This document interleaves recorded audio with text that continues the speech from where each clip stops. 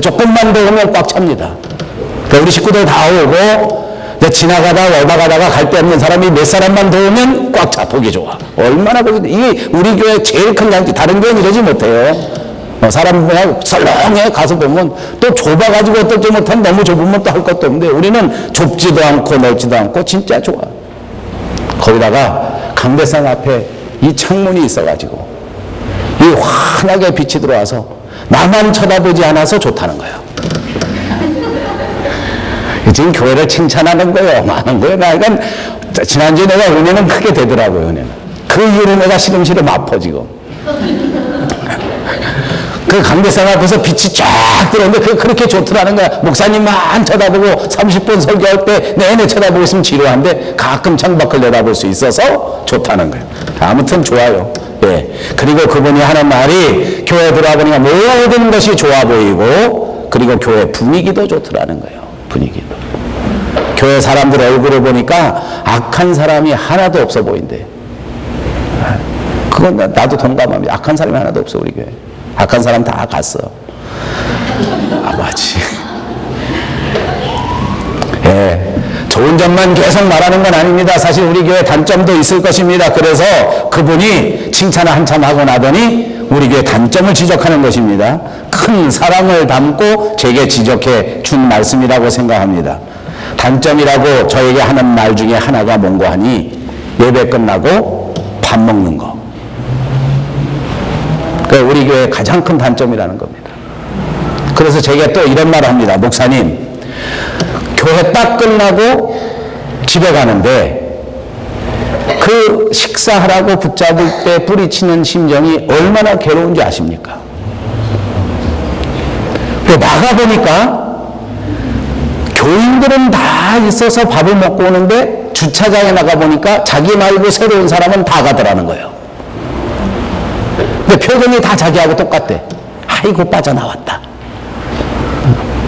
제가 이 말 왜 하냐면 그분이 나한테 이런 말 하더라고. 다 줄이고 하는 말이에요. 있는 사람들은 식사하니까 너무너무 좋겠지만 처음 와서 밥 먹는 거는 쉬운 일이 아닙니다. 근데 새신자에 대한 배려가 너무 없습니다. 그 얘기입니다. 새신자에게는 뭔가 배려를 해줘야지. 밥 먹을 거면 좀 친절하게 밥 먹으러 데려가던가. 쭈삣쭈삣 아무도 데려가는 사람도 없는데 나 혼자 자발적으로 식당 가서 기다려갖고 그것도 가자마자 주는 것도 아니고 한참 기다려서 책상 어떤 사람 막 날르고 그러는데 거기 보통 강신잠이 아니고는 끼어앉아서 밥 못 얻어먹고 갑니다. 그렇게 말하는 거예요. 그럴듯 하더라고요. 그 내가 또 물어봤습니다. 그러면 어떻게 하면 좋겠습니까? 밥을 안 먹으면 우리 교회에 오는 교인들은 아마 크게 실망할 것입니다. 우리 밥 먹어서 얼마나 좋아하는데 그 밥 때문에 오는 교인도 있습니다. 애들이 하도 우리 교회 와서 밥을 잘 먹어가지고 그 애기 밥 먹이러 교회 오는 사람이 있는데 그건 어쩌란 말입니까? 내가 물어봤습니다. 근데 그 사람이 연구를 많이 했더라니까. 얼마나 연구를 많이 했으면 주차장 나갔을 때에 자기 말고 지금 가는 사람은 세교인이다. 이걸 다 알아. 우리 교회 세교인이 누구고 흠교인이 누군지 다 알고 나한테 가르쳐 주는 거야. 세교인이 나가보니까 다른 교인도 지금 가더라는 거야. 밥 안 먹고. 그러니까 자기가 다른 교회도 많이 다녀가서 그 사람이 뭐 밴쿠버에 있는 교회는 다 순회 전도사야 보니까 순회 교인이야. 그냥 뭐 안 다녀본 데가 없는데 주님의 제자 교회 가니까 커피 주더라는 거야. 그건 괜찮대. 끝나자마자 달라는 거야. 그냥. 끝나자마자. 제가 지난번 말씀드린 것처럼 저는 지금 작정 기도 중입니다. 저는 분명히 믿습니다. 하나님께서 분명히 계획해 놓으신 게 있다. 지혜를 얻어야 된다. 이거 어떻게 할까? 여러분들도 목사를 위해서 기도해 주시기 바랍니다. 뭔가 우리가 준비를 해야 되겠다는 거예요. 뭔가 준비. 동의합니다. 그렇습니다. 여러분, 그러나 제가 이 뒤에 지금 얘기할 것이지만 너무 이렇게 심각하지 마십시오. 교회 와서 처음 왔는데 첫 신자는 밥 먹기 어렵다. 예, 인정합니다. 밥 먹기 어렵습니다. 그러나 잘 먹는 분도 있습니다. 여러분, 우리가 먹었으니까 맛있는 거지 먹기 전에 맛있는지 알았습니까? 먹다 보니 밥 먹는 게 좋구나 하는 걸 알게 된 것입니다. 그분들이 몰라서 그래. 믿음의 맛을 몰라서 그래. 믿음으로 밥 먹고 가면 돼요. 그럼 얼마나 좋은데. 먹고 가봐. 못 먹는 사람도 괜찮아요. 안 먹어도 돼요. 그거 그렇게 중요한 게 아니에요. 다만 새로 오신 분들은 우리가 너무 방치하고 있는 건 아닌가 하는 생각을 해보자는 것입니다. 왜냐하면 그분이 이렇게 우리 교회에 대해서 장점을 여러 가지 말해놓고는 저의 가슴을 결정적으로 후벼파는 결정타를 하나 날렸습니다. 제가 하는 말이 뭐냐면, 그렇게 좋은 위치에서 그렇게 좋은 건물을 가지고 교인이 그거밖에 없는 것은 목사님이 회개하셔야 할 일입니다. 이렇게 말해주더라고요. 그때서부터 제가 회개하고 있습니다. 여러분, 하나님께서 지혜를 주시면 새로운 계획을 세울 수 있어요. 제가 새신자 팀을 어떻게 할 건지 곰곰이 생각하고 있습니다. 금요일에도 말씀드린 것처럼 다른 우리 한국교회는 주로 새신자 영접팀, 환영팀 이렇게 말하는데, 서양 교회들은 커넥 데스크라고 합니다. 커넥 팀이에요. 커넥 팀. 새신자와 우리 기존 신자들을 서로 연결해주고 서로 교제하게 하는 것, 이런 커넥팅을 맡아서 하는 팀이다. 이런 거 저런 거 많이 생각하고 있습니다. 저는 분명히 확신합니다. 이번 기회에 하나님께서 우리 교회에 아주 완전히 새로운 이런 정책을 주실 것이다. 아니, 어쩌면 하나님 미리 다 준비해 놓으셨다. 난 분명히 그렇게 믿습니다. 이제 우리가 믿음으로 최선을 다하고 기도하면 하나님이 응답해 주실 줄로 믿습니다. 자, 그리고 또 한 가지 있습니다. 이것이 최선을 다해서 준비하는 것인데, 그러면서 동시에 또 생각해야 할 것 하나 있습니다. 빌립이 나다나엘에게 전도하는 모습입니다. 말씀드린 것처럼 빌립은 나다나엘에게 이해하거나 양해를 구하는 전도의 방법을 쓴 적이 없습니다. 서로 논쟁하고 이해시키고 어떻게 하든지 알게 하고 어떻게 이렇게 설득하고 하는 단계가 다 생략되었습니다. 우리가 예수님을 소개하는데 예수님의 그 놀라우신 사랑을 다 설명할 수가 없다는 것을 우리에게 가르쳐주는 겁니다. 우리는 최선을 다하여 새신자들을 영접할 수 있는 새로운 교인들이 들어와서 교회에 정착할 수 있는 정책을 개발할 것입니다. 그리고 노력할 것입니다. 그리고 눈물 흘려 할 것입니다. 그럼에도 불구하고 우리가 아무리 노력한다고 해서 되는 것이 아닙니다. 하나님의 놀라우신 사랑을 그들에게 다 보여줄 수 있는 그런 우리에게 없습니다. 그러니까 많은 정책, 많은 무슨 프로그램, 모든 방법들을 개발하는 것도 중요하지만, 그러나 하나님 앞에 의지하는 것이 훨씬 더 중요합니다. 성령께서 만나주시기를 기도하는 것이 훨씬 더 중요합니다. 여러분, 우리끼리 솔직히 말해볼까요? 우리가 예수님에 대하여 얼마나 알고 예수를 믿었습니까? 우리가 신약성경 먼저 읽어보고, 아, 예수님은 이런 분이고 속성이 이런 분이고 신학적으로 볼 때에 이러한 삼위일체 하나님이시기 때문에 내가 믿으면 되겠다 라고 생각해서 믿은 사람이 과연 몇 말입니다. 아닙니다. 우리가 먼저 예수님을 믿었으니까 예수님을 알게 된 것입니다. 그렇습니다. 예수님을 만나 예수님을 믿기로 결단하고 약속하고 있기 때문에 하나님께서 우리에게 은혜를 주시고 우리를 새롭게 깨우치셔서 신학이 어떤 것인지, 성경이 어떤 것인지, 교회 생활은 어떻게 하는 것인지를 가르쳐 주셔서 오늘 이만큼 특출한 존재로, 특별한 존재로 만들어주시고 이만큼 세상을 극복하고 세상에서 행복하게 살아갈 수 있는 존재로 만들어주신 것을 믿습니다. 그러니까 하나님이 하시는 일입니다. 그러니까 우리가 해야 할 일은 와서 보라고 초청하는 것입니다. 예수님을 만나야 성경책을 읽어라고 권하면 되는 일입니다. 여러분, 가서 음식을 먹습니다. 식당에서 맛있는 음식을 먹고는 가만히 있는 사람이 어디 있습니까? 어디든지 나가서 전하지 않습니까? 거기 한번 가봐라. 진짜 맛있다. 밴쿠버에서 제일 맛있는 식당이다 라고 소개하지 않습니까? 여러분, 우리가 예수 믿고 교회 다니면서 예수 믿으라, 그러니까 정말 좋다, 교회에 가라, 그 교회 가보니까 정말 좋다 라고 한 번이라도 전파해보지 못했다면 우리 믿음에 문제가 있는 것 아니겠습니까? 빌립이 나다나엘에게 전도를 한 다음에 나다나엘이 예수께로 왔습니다. 그때 예수님께서 나다나엘을 바라보면서 말씀하시는 것이 본문의 47절입니다. 보라, 이는 참으로 이스라엘 사람이라. 참 이스라엘 사람이다. 그 속에 간사한 것이 없다.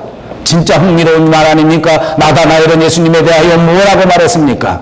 나사렛에서는 선한 일이 일어날 수가 없다. 그분이 만약 메시아, 그건 거짓말이다.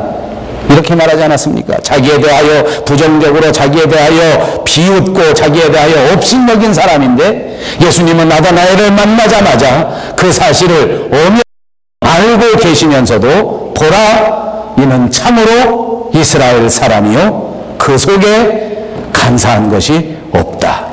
진짜 흥미로운 것입니다. 예수님의 대화의 기준 아닙니까? 예수님이 사람과 상대하는 기준입니다. 저는 이 대목에서 저 개인적으로 너무나 많은 교훈을 받고 너무나 많은 부끄러움을 고백할 수밖에 없습니다. 저는 저에게 대하여 비난하는 사람에게 이렇게 친절하게 대답해 주지 못하는 사람입니다. 저는 저에게 대하여 부정적으로 말하는 사람에게 갑절로 갚아주는 사람입니다. 훨씬 더 나쁜 점을 찾아내서 기어코 그 사람을 면박을 주는 사람입니다. 그런데 예수님은 저하고 기준이 다르더라고요. 자기에게 부정적으로 말하는 사람에게 이렇게 극도의 칭찬하는 거예요.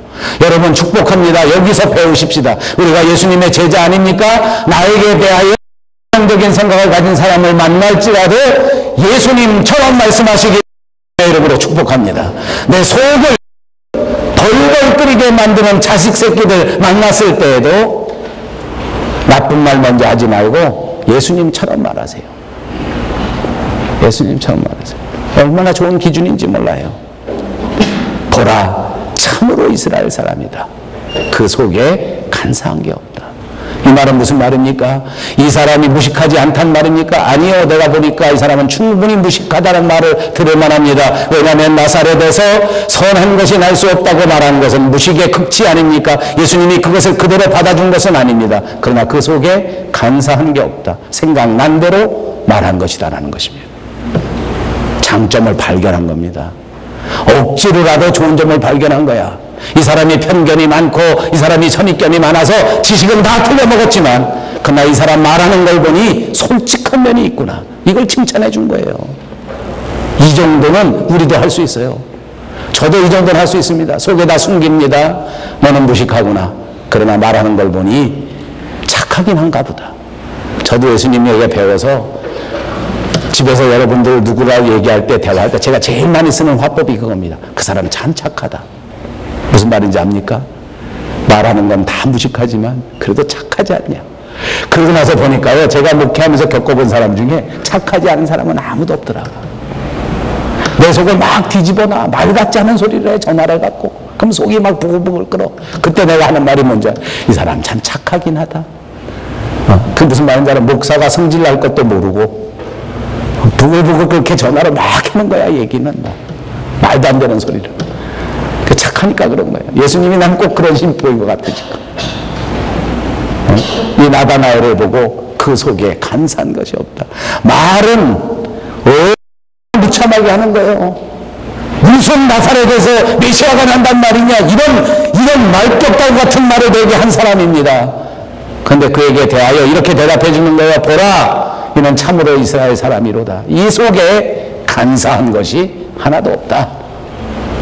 솔직하기는 하구나, 착하기는 하구나. 여러분, 지금 당장의 부정적인 모습을 보고 말하는 것이 아니라 나다나엘이 변하여 예수 그리스도의 사람이 되고 제자가 되고, 그리고 드디어 그 열정 때문에 감당치 못한 채 세계 방방곡곡에 나가 하나님의 말씀을 전하다가 드디어 인도라고 하는 저까지 가서 예수의 복음을 전하다가 순교당할 그 장면을 바라보시고 그에게 이렇게 칭찬해 주신 것 아닙니까?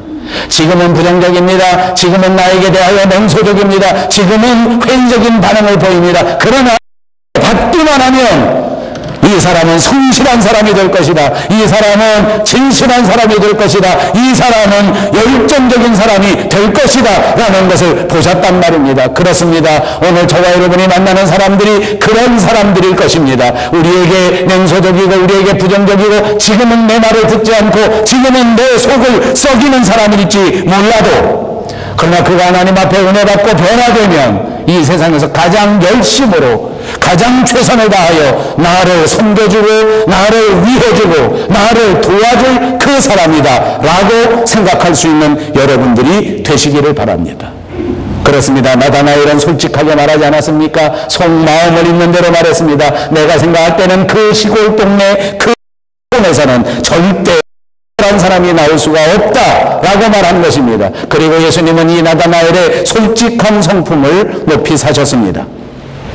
그리고 보니 나다나엘은 솔직한 사람이었습니다. 그는 날마다 진리를 찾기 위하여, 진실을 찾기 위하여, 올바른 삶을 찾기 위하여 정말로 치열하게 발버둥 치던 사람이었습니다. 그는 날마다 이 시간만 나면 어디로 갔습니까? 무화과 나무 아래로 갔습니다. 여러분, 왜 무화과 나무 아래로 간지 압니까? 그곳에서 인생이 무엇인지를 깊이 생각해 보기 위함이었습니다. 여러분, 많은 사람들이 시간이 나면 어디로 갑니까? 들로 산으로 갑니다. 피곤해진 육신을 달래러 갑니다. 내 취미생활 하러 갑니다. 내 좋은 것 보러 갑니다. 그러나 이 나다나엘은 어땠습니까? 시간 나면 그 시간마다 무화과 나무 아래에 가서 묵상하고 명상하면서 인생이 어떤 것인가, 생명이 무엇인가, 하나님이 어떤 분이신가에 대하여 생각한 사람이란 말입니다. 여러분, 축복합니다. 여러분들의 무화과 나무를 찾으시기를 바랍니다. 날마다 무화과 나무를 찾아가야 합니다. 날마다 무화과 나무 아래로 들어가야 합니다. 거기에서 여러분의 인생을 깊이 생각하십시오. 과연 여러분의 인생사에서 무엇을 해야 할 것인가, 어떻게 해야 하나님이 기뻐하실 것인가, 무엇이 이 세상에서 행복한 인생을 사는 것인가에 대하여 치열하게 고민하시고 치열하게 기도하시고 반드시 하나님 앞에 응답 받으시기를 바랍니다. 그렇습니다. 나다나엘이 이 무화과 나무 아래에서 하나님 앞에 간절히 기도할 때 하나님께서 그 나다나엘을 보셨습니다. 그리고 오늘 나다나엘에게 말씀하신 것입니다. 네가 무화과 나무 아래에 있을 때에 내가 너를 보았다. 빌립은 깜짝 놀랐습니다. 어떻게 예수님이 자기를 알아보시는 것인가? 빌립이 너한테 전도하기도 전에 이미 내가 무화과 나무에 있는 너를 보았다. 그렇습니다. 무화과 나무 아래 기도하는 자리입니다. 무화과 나무 아래 묵상하는 자리입니다. 무화과 나무 아래 자기 자신에 대하여 성찰하는 자리입니다. 오늘 우리가 왜 하나님의 은혜를 받지 못하고, 오늘 우리가 왜 하나님의 소리를 듣지 못하는지 아십니까? 무화과 나무 아래로 가지 않기 때문입니다. 오늘 우리의 귀가 없어서 하나님의 말씀을 듣지 못하는 것이 아닙니다. 오늘 우리의 능력이 부족하여 주님의 환상을 보지 못하는 것이 아닙니다. 우리의 영적 은혜가 부족하기 때문입니다. 무화과 나무 아래 들어가는 노력이 부족하기 때문입니다. 오로지 먹는 것, 마시는 것, 오래 가는 생활에 바빠서 아무것도 하지 못하기 때문에 환상을 보지 못하고 말씀을 듣지 못하고 비전을 깨닫지 못하는 것입니다. 오늘 본문 50절 51절입니다. 예수께서 대답하여 이르시되 내가 너를 무화과 나무 아래서 보았다 함으로 믿느냐? 이보다 더 큰 일을 보리라. 또 이르시되 진실로 진실로 너에게 이르노니 하늘이 열리고 하나님의 사자들이 인자 위에 오르락 내리락 하는 것을 보리라 하셨습니다. 이제 예수님께서는 하늘과 땅을 잇는 십자가요, 하늘과 땅을 잇는 사다리가 된다고 하는 사실을 우리에게 가르쳐 주신 것입니다. 하늘이 열렸다.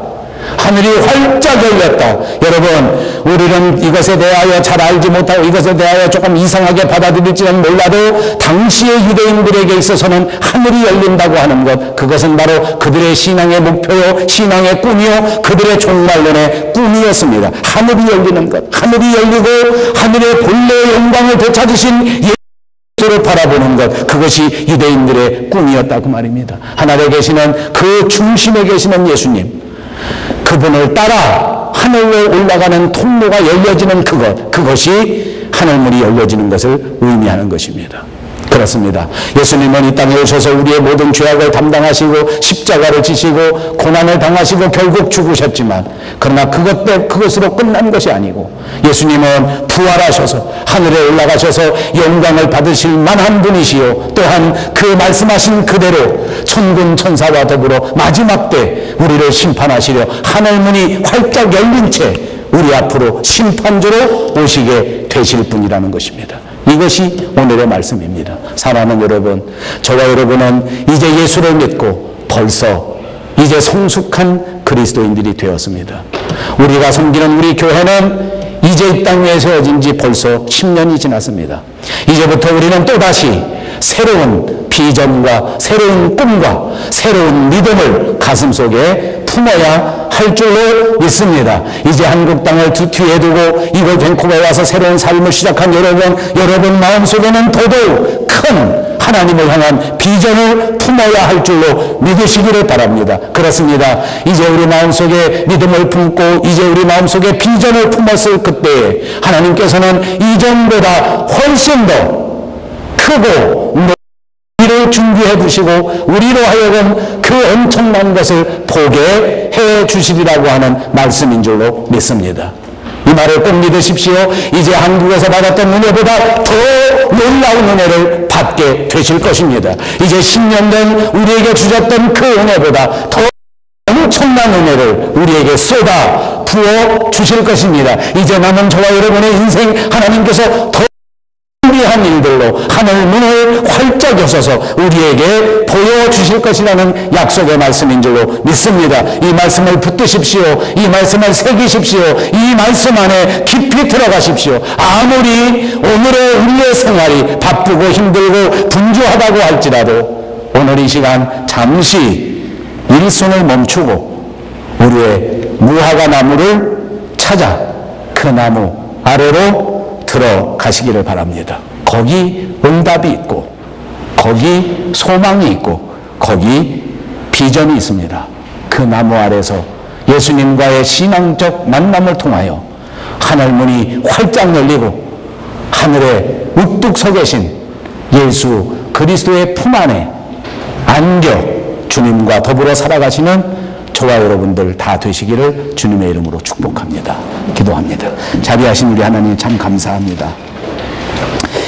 이제 우리 앞날에는 지난 과거보다 훨씬 더 놀랍고 신비한 믿음의 일들이 생겨지게 될 것을 믿습니다. 이제 이 모든 믿음의 일들을 감당할 수 있는 신앙의 인격자들이 되게 하여 주시옵소서. 예수님의 이름으로 간절히 기도하옵나이다. 아멘.